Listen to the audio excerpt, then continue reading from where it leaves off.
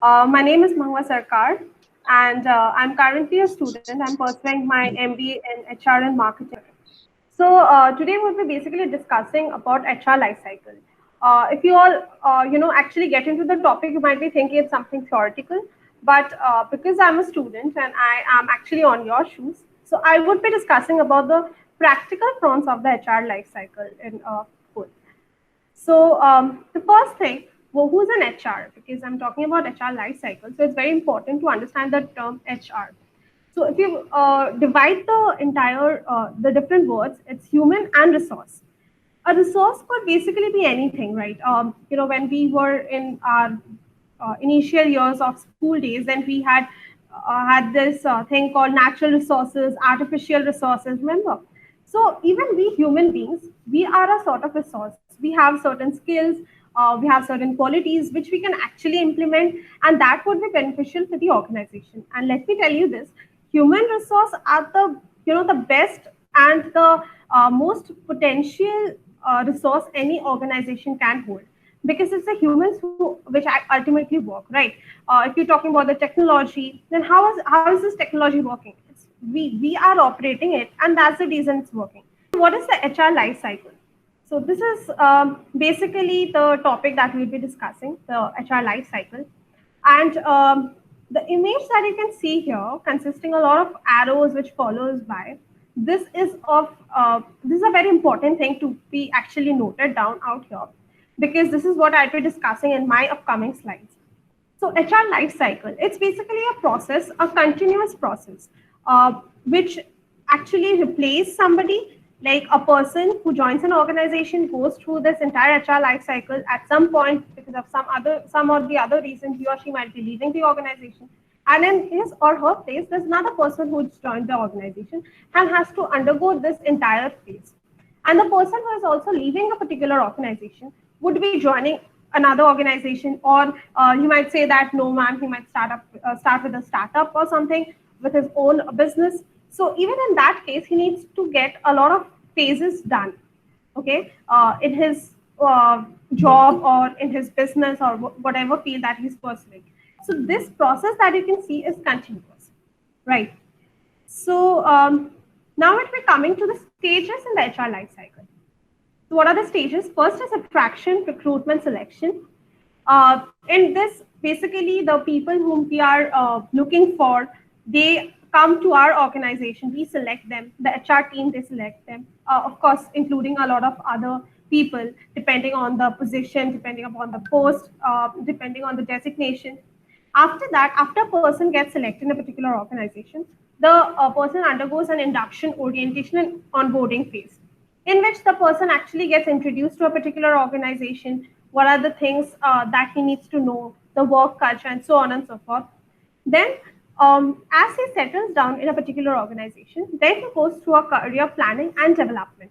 So, a person will never stick to an organization unless and until he sees a self growth in himself or herself, right? So, this particular point plays a very crucial, importance. Then comes retention. A person, when he is working in a particular organization, is stable enough, is doing well, is making money, is satisfied with the other rewards, incentives, whatsoever he's receiving. So, in order to keep himself in that particular organization, this is the job of the HR, that to see to it that he or she is satisfied, and he or she actually becomes settled in that particular organization for some upcoming years at least. And then the separation and termination phase. Now, say for some or the other reason, the person is actually not satisfied, or is willing to go for a switch. So this particular phase is also of prime importance, because in this particular phase, the person is leaving the organization. He is carrying the name of your organization to another organization that you'll be working for. So these are the stages that we'll be discussing in the upcoming slides in detail. So starting with the attraction, recruitment, selection. So the attraction phase that is there, it basically starts even before a person joins a particular organization. I'll tell you how.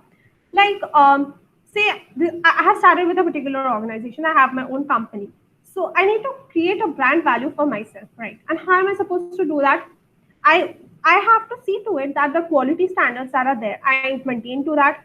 Also, people who are actually getting my service, or say even products I'm considering as service, because you buy something, then you use it. So ultimately, it becomes a service to you.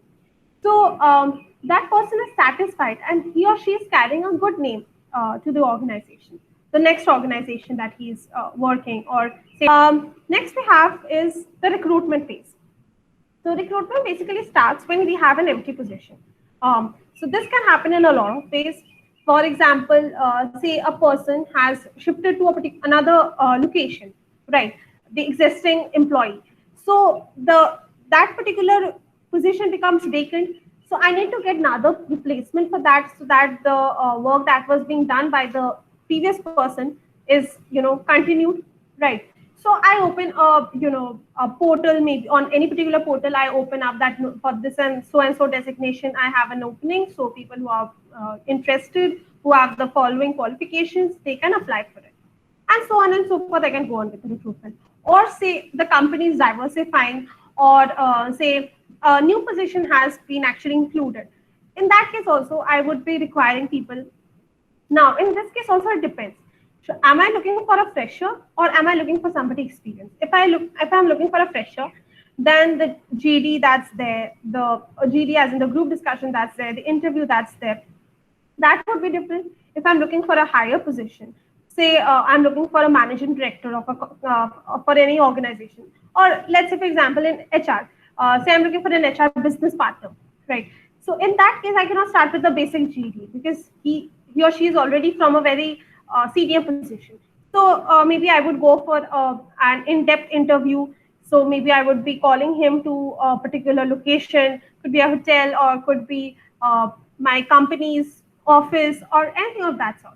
So depending on the designation, on the position, we open up various recruitment options, right? Like various techniques rather. Then the selection. So out of the many people that apply, we of course have to select a very few of them, right? Depending on the openings that we have. And if it's a mass recruitment, say for the very basic positions, then in that case, of course, I can hire a lot more people. But even in that case, I do have an upscale to that. I cannot exceed a particular number. So this is how it goes. Now out here, there's something which you need to keep in mind. I don't know whether there are students from MBA in this batch. So you all must be knowing that recruitment and selection, one of them is called positive phase and one is called the negative. So recruitment is basically a positive phase, because in recruitment, we are actually including a lot of people. The company really wants that a lot of people apply, so that we get a good number of options that people, the right person can join our organization. But in case of selection, this is called a negative aspect. Because in selection, what happens is, out of so many people, I can actually select a handful of them, or say one or two, based on the number of openings that I have. So this is something which you all need to keep in mind. Next comes is induction, orientation, and onboarding. So induction is something which you all might have seen in other cases also. Like, for example, when you have joined your college, you all might have had an induction program. Or like in your schools also, you must have seen that you have induction program of various teachers when they join. So they have an induction program. It's not necessarily confined to an organization only. The next is retention. So this is really important, because when you are hiring somebody, then there's a lot of money, energy that's gone in that person while training him or her and stuff. So it's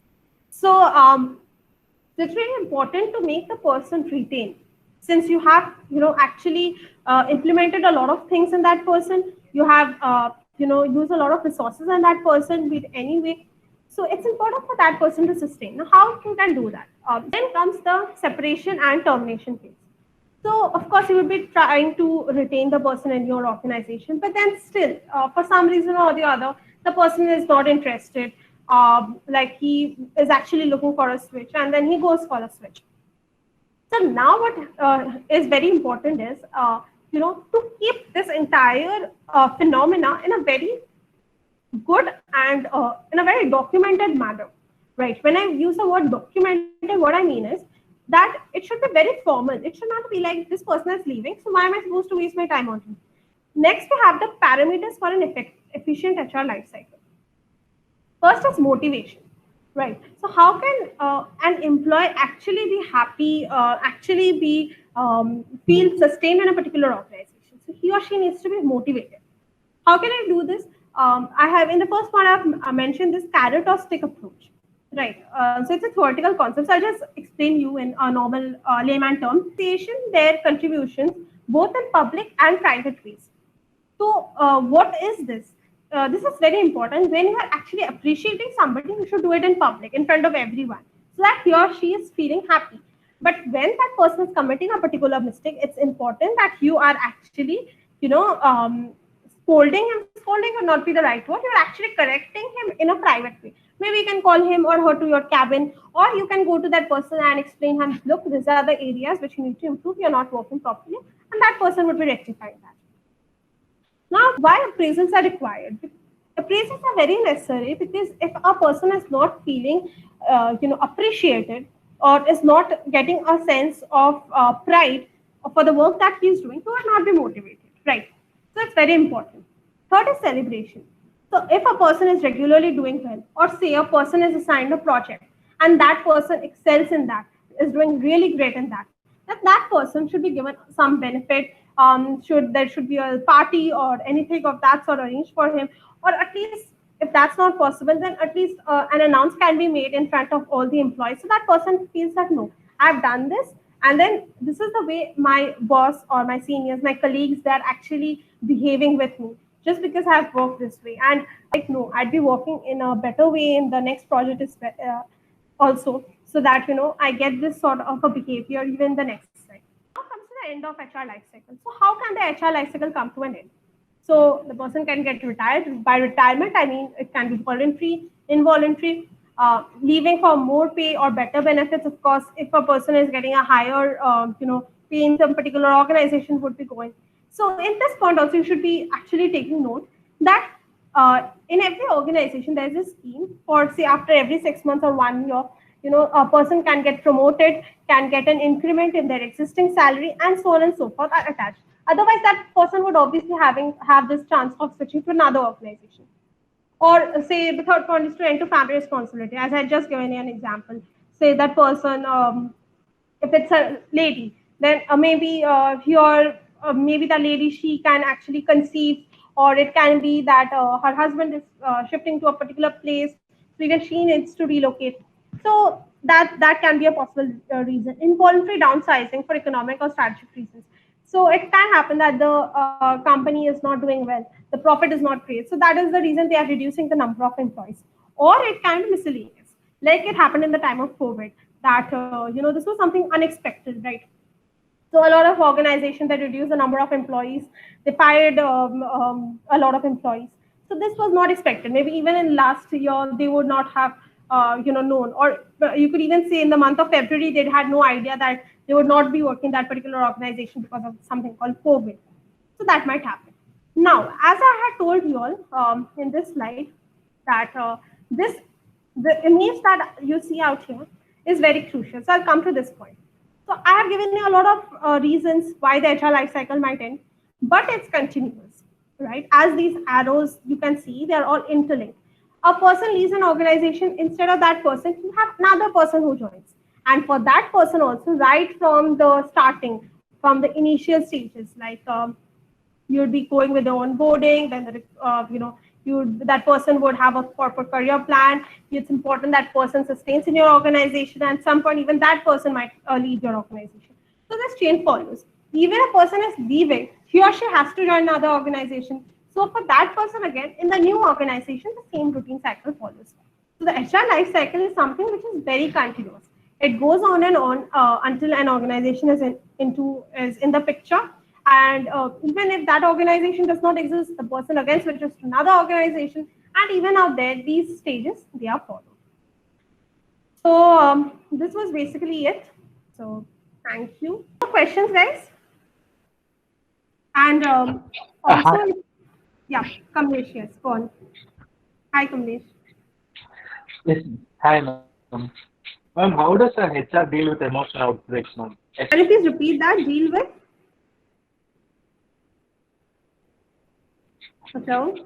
Emotional outbreaks and emotional intelligence, ma'am. Okay. So that's something which is of a different field altogether. So emotional outbreaks are not really relevant with HR only. It can happen to any employee in the organization, right? If you're not satisfied with the work or the culture is not good, you're facing some sort of a personal issues or grievances. So one thing that I would like to point out is now we have a lot of anonymous feedback format that have come into the picture. It was there previously also, but it has become more prevalent now, right? So in that way, you can anonymously put forward your views, your thought processes, and the difficulties that you are being facing, right? And the organization, they need to make sure that gets complied to, and it's looked upon to, and whatever the difficulty that you're facing gets resolved. Yeah, Preeti. Yes, Hi. ma'am. Ma'am, I just want to ask you that is there any policy, anything that to retain the customer, that is preferred customers in this organization like Beauty Foundation? In Beauty Foundation. Yes, ma'am. What is the procedure to retain preferred employees? Sorry, preferred employees. Well, in Beauty Foundation, it's a startup. So you basically have interns working out here.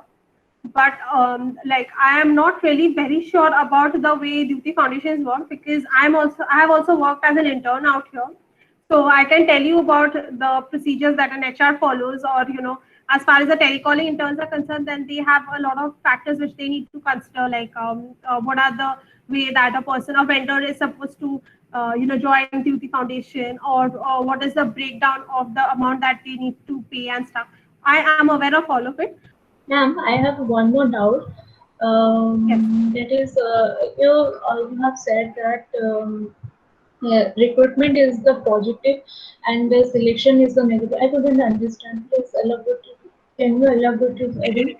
Sure. So in recruitment, what happens is when there's a particular position that we have open, so what the company wants is to get a good amount of audience, to apply for that particular profile, right? So say I'm just giving you an example. Say we have an HR generalist profile that is open. Like there's a vacancy. So I would want maximum number of people to actually apply for that profile. Whereas while selecting, I would be just selecting one person because I just have one vacancy. So in recruitment, what we are doing is we are actually getting a lot more people to apply. So that's a positive sign. But in selection, it's a negative thing because out of so many people, I am just selecting. I'm just considering one person. So the others, all of them are getting eliminated, right? So selection is also called an eliminating procedure. Thank you guys, and it was really great to have you. And I really hope we have more such sessions, right? So thank you so much.